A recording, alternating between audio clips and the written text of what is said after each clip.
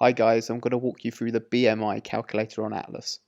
It's completely free, there's absolutely no sign-up forms, you get instant insights, it's accurate, privacy friendly. Okay, so let's jump straight in. First, we'll select the system, metric or imperial. Let's go with metric. And then you select your sex, so I'm male, age, I'm 30 years old, weight, 80 kilograms, body fat, 16%, height, 175 centimeters, and how active is your job, sedentary, how much exercise do you do, select no exercise, and what's your goal, lose fat.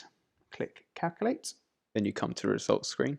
So at the top you'll get all the information that you've entered. So it says you're a 30-year-old male who is 175 centimeters tall, weighs 80 kg, your body fat is 16%, and your goal is to lose body fat. Okay, you can edit any of that information by clicking the edit button and then clicking recalculate. Okay, if we scroll down to see the insights, okay, at the top here we have calories. We have three options: gain, maintain, and lose. For gain, that's plus 500 calories on your maintenance.